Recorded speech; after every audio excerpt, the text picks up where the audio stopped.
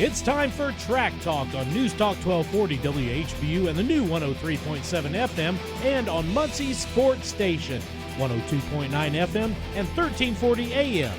Here's Rick and Gary with Anderson Speedway's Track Talk. Good evening. Welcome to Track Talk. You're a little early, Wade. Rick Dawson. Just a little. Gary Mong. We're at the Mounds Mall Special Events Studio. We are. It's busy again out here tonight. Must be a lot of sales going on. Did you have a wonderful Christmas? I did. We did. And yourself? We did. Had a great Christmas. No, I talked to you one day. Was it Christmas Day? You were with Aunt Jenny. Aunt Jenny? Yep. She's doing well. She sends her love to everybody and says, Rick, get out there and see me. So yeah. You better get out there and see her. Gotta do it. We had a great Christmas, too. We did something that haven't done since Lauren was a baby, but we took a family vacation. That's great. The weekend and got as far south away from here as we could get. He was warmer climates than we were. It was 85 every day and never got below 75 at night. Oh, my gosh. It was just That's heaven. Paradise. We weren't the only ones there, but because it was crowded, but we had a great, relaxing 5 days and good time with each other. Ate a lot of good food, a lot of seafood, which I love. Yes. And just had a blast. It's sightseeing and just laid in the sun, I'm not a big reader, but whenever I go down there, I always read a Grisham novel, and read a John Grisham novel, his new one, and just had a good time. Good deal. Man, it's always fun to be with a family like that, and especially in a situation like that where you can go and I'd always dreamed of a green Christmas, and I finally got to enjoy one. We had one too. Well, I know. Real green around here with all the rain.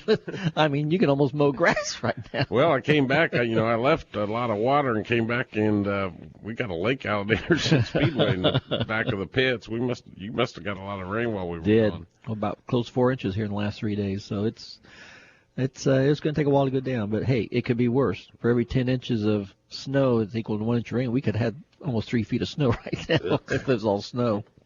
It was hard getting on that plane down there yesterday to come back. Then knowing we had to go to Atlanta first, which we've flown enough to know that I hate that airport, and it didn't disappoint me yesterday. We already were scheduled for like a 2.5 hour layover, which couldn't be avoided, but then Delta Airlines decided that they were going to, and the weather, we'll give them credit for that too, but the ineptness of the gate people and the stewardesses, for some reason, I don't know if it's because they were scared they were going to have a riot because of the delay or what, but they weren't very friendly or cooperative either. Really? So, but we had to wait on I think we were supposed to originally leave at like 7 o'clock or something and get in around 8, and we finally got into Indianapolis about just before 10:30, and that was after an already scheduled 2.5 hour layover, so we were sitting in Atlanta for like 5 or 6 hours waiting on a plane to come from, I thought he said Liberia, Costa Rica. No kidding. And so, of course, when it finally got there, it was late, of course. They had to unload those passengers in a special area because it was an international flight. Then they had to go through the plane and clean it up. Finally got on the plane and then noticed it was a little warm, no air coming up from above. Their auxiliary power supply was not functioning. Oh, my gosh. So we sat on the plane for another 45 minutes before they decided that we got it fixed, and there's always just a little apprehension when there's something wrong with an airplane. You're getting ready to go 30,000 feet in the air. Yeah.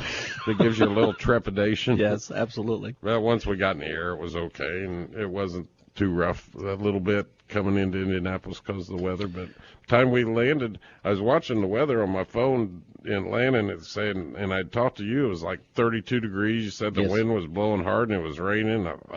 But when we landed, it was 45, and it wasn't too bad. It was going up. I was a little concerned. I didn't. When we left, it was like 65 degrees. I didn't have my coat or anything down there. Well, I was kind of wondering if you guys were going to be able to get back in because the national news, a lot of them are all staked out at Chicago O'Hare because that being the second, I guess it's the second busiest airport in the world. I think Atlanta is number one, and they're all staked out there because of the 6,500 delays in the last 2 or 3 days going through Chicago O'Hare. So it's been unbelievably crazy. So you should think stars that you didn't have to go through Chicago. I talked to some people down there day before yesterday that were supposed to come back and didn't, and we were down in the Keys, and all the motels were full, so they got stranded down there without a motel. I mean, I kept hoping yesterday that, we'd have the same situation. We'd found a place to stay. Yeah. But it didn't happen. And we left Key West just about on time. But then Atlanta happens. We made it home safe and sound. That's had a good trip, and I'm ready to go back. Ready to go back to work. Go back to work. And we're going to be close here in about 2.5 months here. We'll be right back at it again as far as on the track goes. Yeah, there's you went to a race this past weekend. Why don't you tell us a little bit about it? Yeah, I went up to the Rumble in Fort Wayne, something I've been doing every year, and that's with mostly karts, not just go-karts, but there's kid karts, I guess. There's they call them clone karts, and there's winged 600cc midgets, regular full-size midgets, non-winged midgets, and of course all the various different classes of karts. Some great racing up there. We've seen a lot more than I've seen in a long time. A lot of them get upside down on that little track, and I think they call that a 1/6 of a mile track up there in the Coliseum. Well, I don't know if it's in the Expo Center or the Coliseum. I can't remember what portion of that building it's in, but anyway, great crowd. Saw a lot of drivers, little 500 drivers, Mel Kenyon midget drivers. A lot of them up there, talked to a lot of them up there, and of course the one thing that they all talk about when you come up and talk to them is little 500. Mm-hmm. So this kind of gets them their midwinter fix, kind of like we used to do on our New Year's Day. Kind of get their midwinter fix, and then they start looking towards 2016. I'm kind of glad we don't do the New Year's Day race, at least especially this year. Sunday, yeah, or Saturday or Friday. When is it? Friday? Yeah, it's gonna be 30. Yeah. Yeah. That's too cold. And one of our regulars in the little 500, Russ Gamster, we watched him win the major feature Saturday night. So now is that 2 years in a row for me? I know he ran good last year when I was. I can't remember if he won it last year or not, but he did win it Saturday night. And of course they ran on Sunday again. Didn't go back on Sunday, but I don't know what the results were on Sunday. But anyway, Russ, one of our regulars that runs a little 500, Aaron Pierce was in it. Grant Galloway, Kyle O'Gara, Billy Weiss, Travis Wellpott was up there. He raced in it. So a lot of the little 500 veterans were up there racing Saturday and Sunday both. Cool. Yeah. Thank God it was indoors because of all the rain we had. It was a nasty day, but we did get to see some good racing. Seen some familiar faces. Jack Dawsey III with his gal was up there. Mike Blake and his wife ran a KC Spiller. So a lot of people go up there and see this event every year. How was the air quality? You know me. That doesn't seem to bother me. You're used to sucking fumes. Yes, but it never really bothered me. I know Jim Mojette and I and Steve Little Chicken, we all went up there, and Randy Tweedy.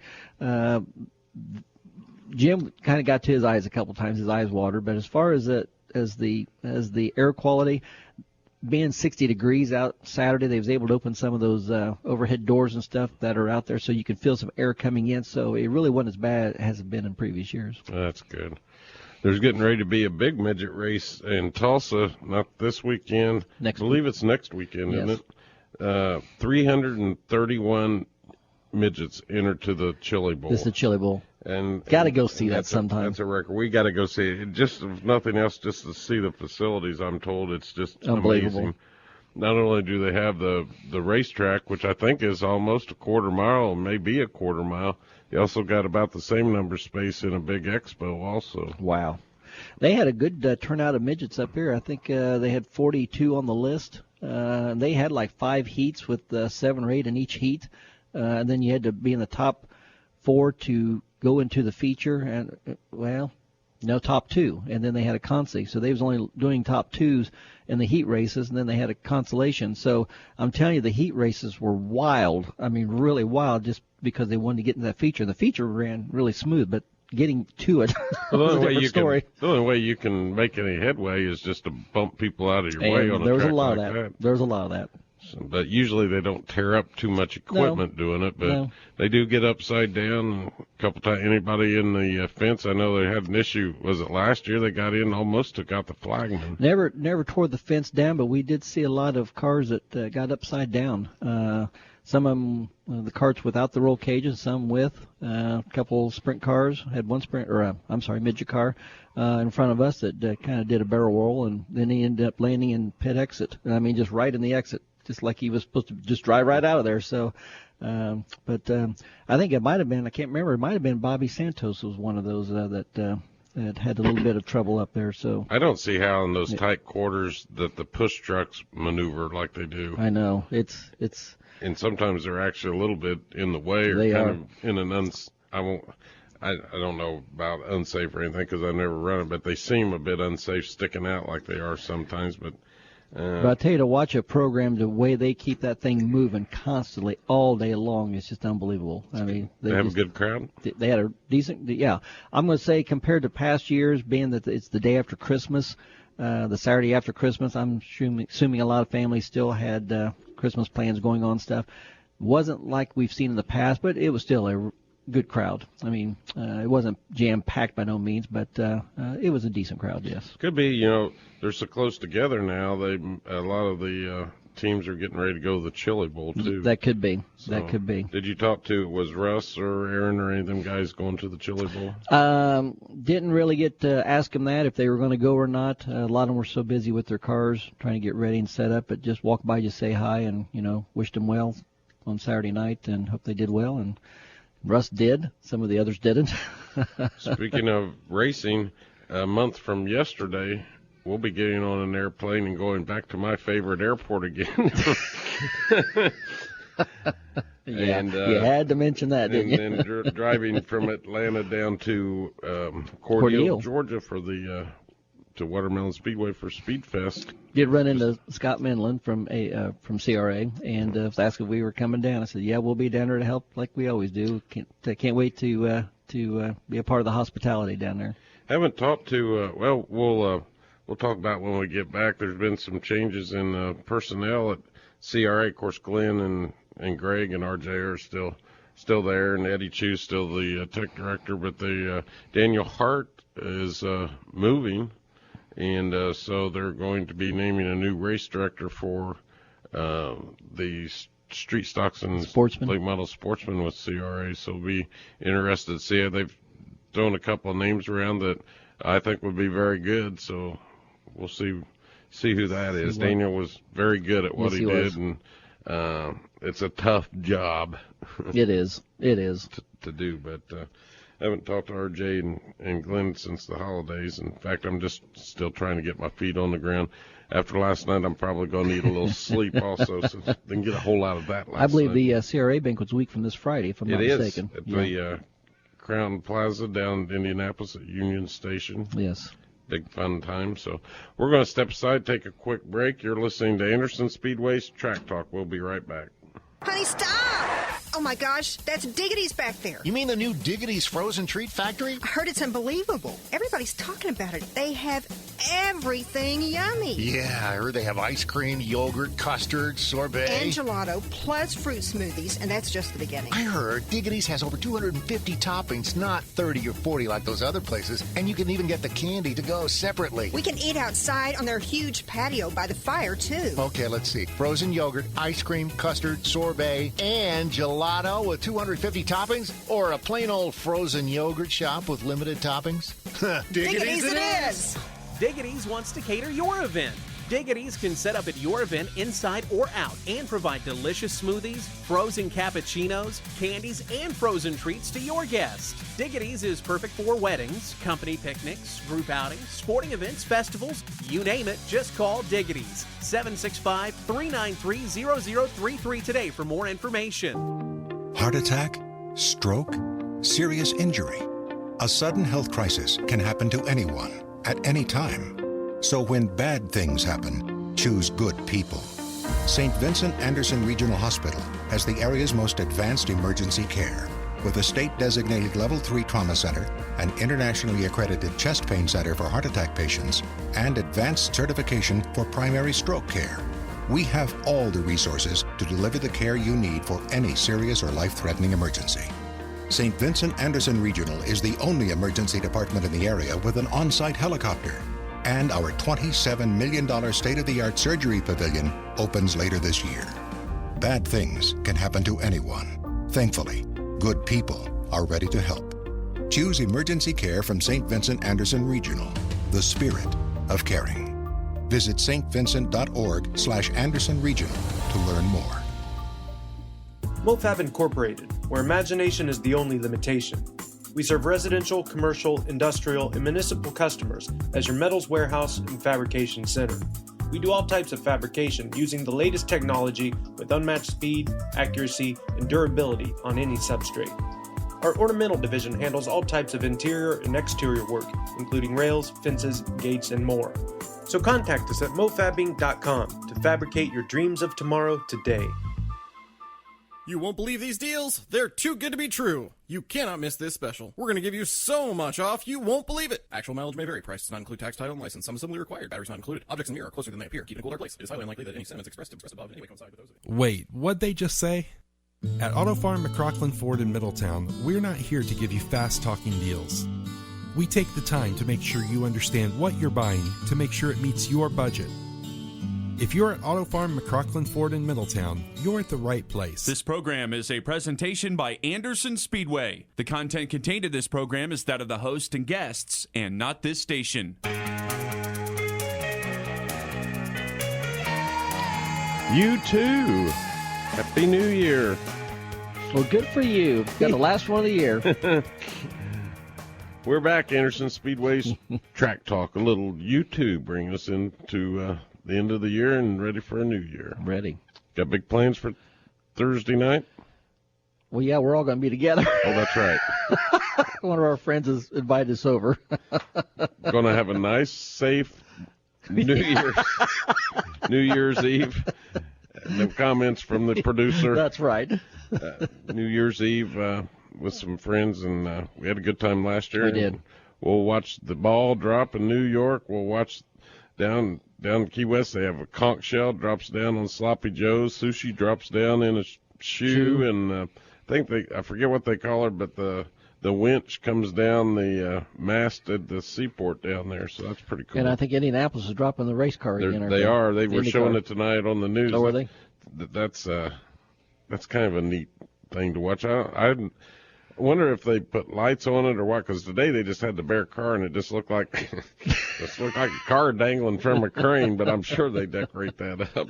Let's hope. We got a lot of things to be thankful for this past year, and it was a real good year at Anderson Speedway. 2015 was, and we've got the highlight of the year was the great Payless Little 500 this year, presented by UAWGM, and it's going to be again next year. In the 20 years that we've owned the Speedway, I don't think we've had a more perfect week other than it was a little cold, if I recall, on Wednesday night, but we had no complaints from anybody, fans, competitors, staff. It was just one of those weeks that gelled, and I don't know how you plan for that or how you make it happen again, but and a great race, and a two-time winner when it was all said and done. Chris Wyndham. And then, then right after that, a month and a half later, we had another great Stoops Freightliner Redbud 300, and what a great champion we had for it. Who ended up winning the Triple Crown. And won $100,000. Yes. Eric Jones won the Redbud 300. He also won the Winchester 400. The Berlin 251. Rowdy 251. And, by the way, won the Camping World Truck Series with NASCAR. He did. So he had a wonderful year.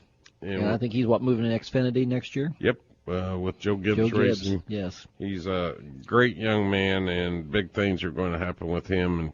And, we started out, like we have the last couple of years down at Cordele, Georgia. We talked about it a lot and met Chase Elliott and and John Hunter Nemechek and Jeb Burton and their dads.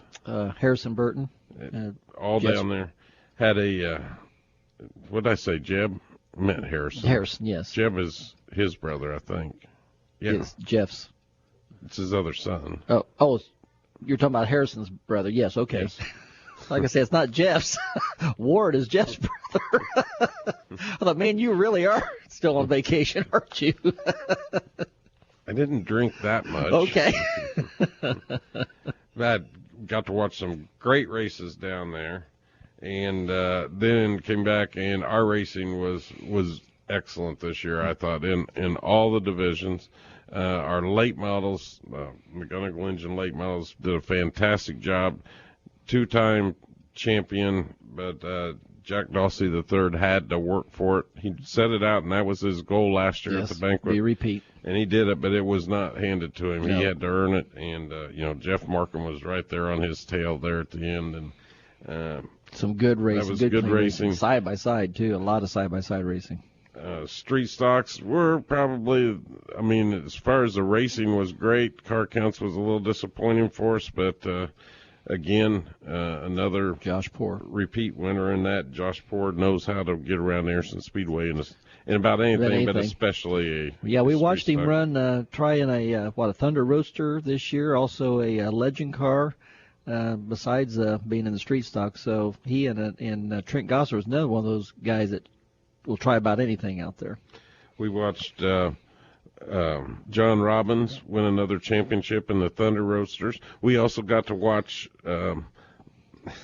Rodney Oliver win his first career race. I think he won 2 heat races, if I'm not mistaken, this year. And that was I would tell you what, something like that happening is like winning. Absolutely, it's like winning the Daytona 500. You get the same emotion inside watching these guys do that, and it's pretty cool. Jeff Swinford dominated our new figure 8 division. By the way, I've talked to a lot of guys, and we're going to have several more cars in it this year. Good.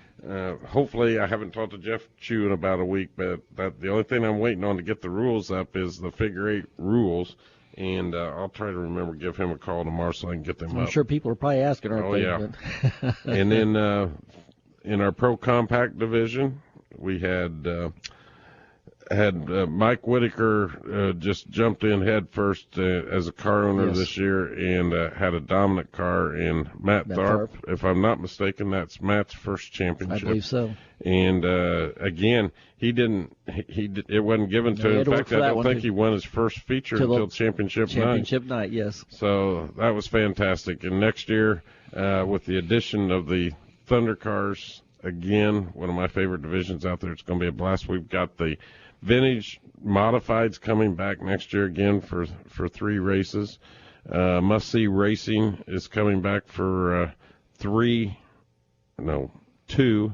wing sprint shows again next year. That's going to be good. And also, it looks like, can't announce it yet, the TV deal, but it looks like it's pretty solid. The Payless Little 500 is going to be nationally televised. I do know that's going to happen, but it's a little different, a little bigger deal than it's normally been in the past. Okay, good.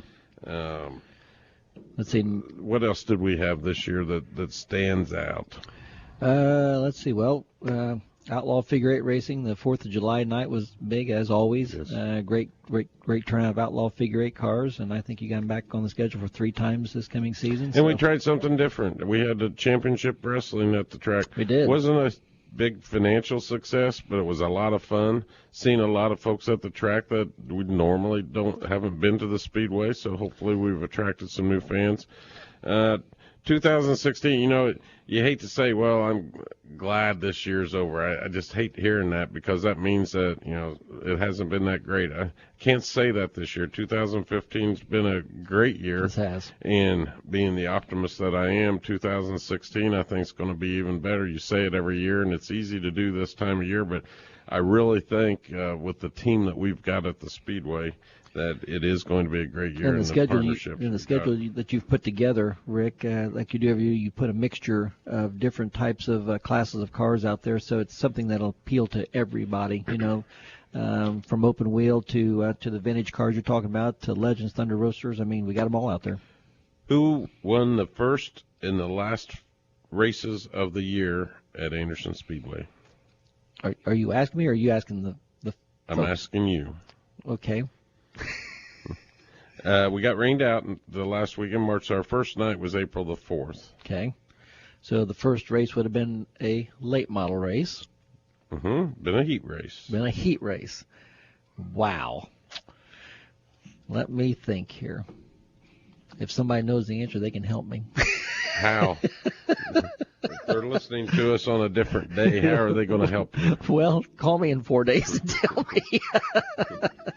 Jared Thomas won the very first race of the year at Anderson Speedway in late model heat. Actually, Scotty Tomasak ended up winning the feature that night, and he's pretty dominant at the track when he shows up. Now, I know who won the last one. You did? I do. All right. Who won the last race of the season? Back on December the 5th in our one and only front-wheel drive figure 8 race, it was Nick Warner. That's right. Yeah. You know what? That's probably I'm not a big numbers or statistics person, but I bet if you go back and look, I bet you'll find that that's not the first time that Nick Warner's either won the first or the last race of the season. I bet it's not either. Speedway. He's been out there for Whenever quite a few Nick's years. in a car, he's usually a winner. Yeah, absolutely. Especially in those front-wheel drives and pro compacts. They're tough. He is. He's tough. He's a National Crown winner. He won the National Crown several years ago, if you remember right. So yeah, Nick knows how to win out there. 2016 is going to be a big year. You want to give Jessica a call. We've extended it for a little longer. We're not going to go as long as normal with this deal, but go to the track. We had some folks in there today. Buy your advanced ticket packages. 20 tickets for $150 and 10 tickets for $80 for a limited time only. And I know you hear that a lot from a lot of retailers, but this is probably going to only go on for another 2, maybe 3 weeks, and that'll be the end. Get it now, then hold it for your sweetheart and give it to him on Valentine's Day. Wouldn't How's that? That be special? Yeah. We got some different things next year. Labor Day weekend's going to be especially big next year. We're going to have a full-fledged Night of Thrills. We're already working on some new stuff that we're going to do, and we're going to throw some fireworks in that night. The night before the Little 500 next year is going to be big. With the March of Dimes and UAW, we're going to have some celebrities at the track and do some neat things out there for the fans that night. And then next year will be the 50th running of the Redbud 300. The Stoops Freightliner Redbud 300. That's right. The 4th of July next year is on a Monday. It's going to be huge again. And like I said, we got the vintage modifieds coming in. We got mini cups coming in. Legends are going to be there another, I think, 6 times next year. Of course, the Thunder Roasters are a regular division. They are. We've already got more of them. More of those had coming. one on the track last time we ran. That's exactly right. So it's going to be big in 2016 at Anderson Speedway, and we hope you're a part of it with us. But thanks for a great 2015. Yes, and until next year. Yes. I'm Rick Dawson, Gary Mong. Have a great and safe New Year's, and we will see you at the racetrack.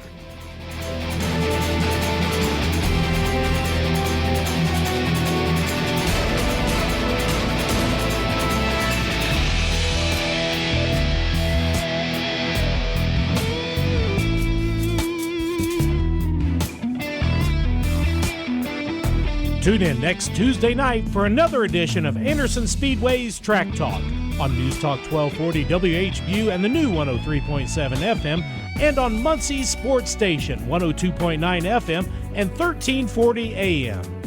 And for more information on Anderson Speedway, go to andersonspeedway.com.